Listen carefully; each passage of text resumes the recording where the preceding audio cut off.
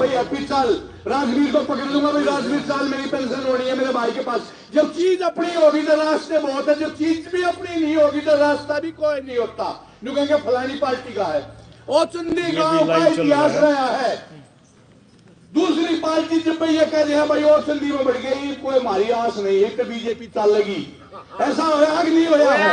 तो इस चीज को फिर दिखा दो कि वो चंदी तो भाजपा का गढ़ है, और नरेंद्र मोदी जी तक आवाज जाएगी कि भैया वो चंदी कैसी है, ये तो मेरे भक्तों की वो चंदी है जो देश को आगे बढ़ाने में निरंतर प्रयास कर रहे हैं।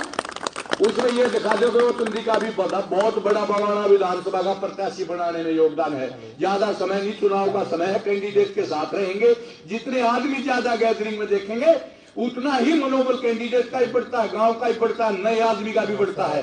भारतीय जनता पार्टी और चंदी गांव, आप सबका बहुत बहुत, मेरे बुजुर्गों का, मेरी माताओं बहनों का, मेरे नौजवान साथियों का बहुत बहुत धन्यवाद। ये फसल पका ली है तो काटनी भी आपने है, दूसरे की तरह तीन गल जाए, ध्यान रखियो। धन्यवाद भाई बरम जी का बहुत बहुत धन्यवाद है। ये भाई रविंद्र जी ने 11,000 रुपए गाँव के मंदिर के लिए दान में दिए हैं। भाई साहब हम बहुत बहुत धन्यवाद करते हैं। हम मैं हमारे बीच में भारतीय किसान कामगार मोर्चा के अध्यक्ष भाई सतेंद्र जी और उपाध्यक्ष भाई जगवीर जी हैं। तो भाई जगवीर जी से मेरा निवेदन है, कृपा करके माइक पर आए और अपने विचार रखें। जगवीर जी, ये जो है मंदिर एक और भी है, गांव के दो निकलते हैं। अच्छा, जो असली मंदिर है। कोई बात नहीं, आप देखो। हाँ जी, हाँ जी, हाँ, 11,000 रुपये जी आर्य समाज मंदिर के लिए भी जी दे रहे जी, बहुत बहुत धन्यवाद।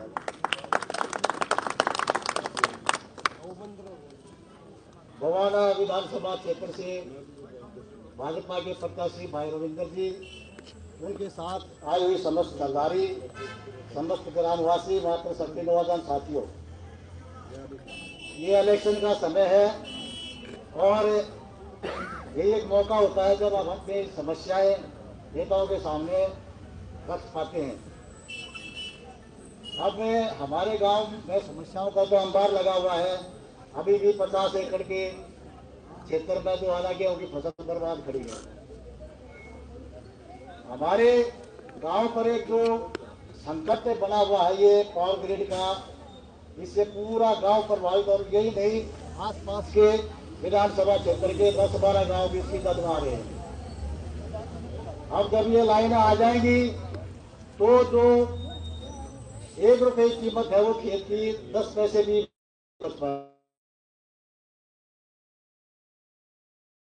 और जबरदस्ती से हमारे खेतों में घुसे और लोगों ने उसका विरोध किया तो पुलिस प्रशासन ने हमें उठा करके जेल के अंदर डाल दिया। इसके खिलाफ एक आंदोलन चला तो कुछ भाइयों ने कहा कि ये आंदोलन जो है ना बीजेपी के विरोध में खड़ा किया गया है, लेकिन उनका ये खाली बहम था, क्योंकि इसमें साहब सिंह वर्मा जी के नेतृत्व में ये पूरा गांव बीजेपी से जुड़ा हुआ था और यहाँ से निगम पार्षद, एमएलए या एमपी का जो भी कैंडिडेट आया, कोई भी आया, उसको भारी बहुमत से ने जिता करके आगे भेजा। तो ये कहना ये बीजेपी विरोधी है, ये उनका बहम है। और 18 तारीख को भाई साहब जब मंदिर प्रांगण में आशीर्वाद लेने आए थे तो जब धरने पर लोगों को पता चला कि भाई रविंद्र जी आए हैं भाजपा ये प्रत्याशी, तो बिना सूचना के जब उनको आकर के हमारे बुजुर्ग किसानों ने का स्वागत किया था। तो ये बयान निकाल दे कि ये बीजेपी विरोधी है, लेकिन हमारे माननीय प्रधानमंत्री मोदी जी ने हमें सिखाया है कि अपना अधिकार और अस्तित्व की लड़ाई लड़ना हमारा फर्ज, धार्मिक कर्तव्य है। और इसीलिए हमने ये आंदोलन छेड़ा कि किसानों को उनका अधिकार और न्याय मिले। तो हम इस विषय में दिल्ली की जो सभी राजनीतिक पार्टियां हैं उनके पास गए। बीजेपी ने हमारा पूरा समर्थन दिया, बीजेपी प्रदेश अध्यक्ष ने हमें 2-3 बार बुलाया, कांग्रेस ने पीसी की, लेकिन केजरीवाल ने तो किसानों के मामले में कोई भी सुनवाई नहीं की। ठीक है, तो आंदोलन के संज्ञान लेते हुए केंद्र सरकार ने एक मुआवजे की पॉलिसी बनाई राजस्थान, हरियाणा और दिल्ली के लिए, परंतु उसमें कि अभी हम नुकसान की भरपाई को हमारा बहुत ही चैनल कम हो पाई है। 28 न्यूज़ जो है लाइव अब तो चल ये रहा है लाइनें निकल जाएंगी और तो उस खेत की कीमत रुपए में से 10 पैसे भी नहीं रहेगी। एसटी लाइन के अगेंस्ट और ये जिसके जो लिए है मास्टर अपना प्लान भाषण की दे सुविधा रहे हैं। लागू हो जाएगा, यहाँ पर 1 एकड़ की कीमत 25 करोड़ रुपए हो जाएगी। तो जिसके और ये खेत से किसान तार यहाँ पे जो निकलेंगे, है मास्टर प्लान की भी जो उसका मांग कर रहे हैं। समझोगे नुकसान कभी भी पूरा नहीं हो पाएगा। दूसरा, हमारा ग्रीन बेल्ट बना दिया, लेकिन हरियाणा का क्षेत्र खुला छोड़ दिया। वहाँ जो फैक्ट्रियां हैं, वहाँ से जो जहरीला धुआं निकलता है 24 घंटे में उसको ग्रहण कर रहे हैं। तो अब भाई साहब ने उस दिन बताया कि मैंने संज्ञान में था कि यहाँ पावर ग्रिड आ रहा है। उन्होंने पावर ग्रिड हमारे RWA को बताया था, लेकिन भाई साहब आप भी पिछले 10-15 साल से इस विधानसभा क्षेत्र में सार्वजनिक जीवन में, राजनीतिक जीवन में रहे हैं, तो आपका भी कर्तव्य बनता था इस क्षेत्र के 10-12 गांव के लोगों को जोड़ करके किसानों की मांग उठा रहे हैं। एसटी लाइन का मुद्दा है। नहीं आने देते। केंद्र सरकार अब पॉलिसी लेके आई है। पिछले 70 साल से कोई पॉलिसी थी नहीं। किसानों की जो है जमीन जो है जबरदस्ती ली जा रही थी। लेकिन हम आपसे एक वादा चाहते बीजेपी हैं, सरकार से इस बोलना गंभीर चाहूँगा, समस्या में जो आपके हमारे कैंडिडेट गांव नहीं के है एमएलए के, बात बढ़ कि गई है, जो लोगों को उसमें जो आप है हमारा साथ किसानों किस को तरह से उनका देंगे हक दिया जाए। और एसटी लाइन से जो किसान का आप खेत हमारे बर्बाद साथ होता खड़े होंगे या है उस खाली खेत को एक बर्बाद न आश्वासन किया जाए, देके उसका जाएंगे, उचित से उचित इसका सब मुआवजा सुनना दिया आपको। जाए। तो अभी जो सतेंद्र लोचब आ रहे हैं, सतेंद्र भाई लोचब जो जगबीर है जी का धन्यवाद। अब हमारे अभी बीच लाइव किसान अधिकार कामगार मोर्चा के अध्यक्ष भाई सतेंद्र जी अपने विचार रखेंगे। ये सतेंद्र लोचब है, अपना विचार रख रहे हैं। हमारे हम बड़े गंभीर मुद्दे पर बात करेंगे। मैं अपने गांव के बड़े बुजुर्गों से और जो भारतीय जनता पार्टी के जितने भी कार्यकर्ता हूं से हाथ जोड़ के निवेदन करता हूँ, एक बार आप लोग बैठ जाओ भाई, बैठ जाओ जी, एक बार बैठ जाओ जी, एक बार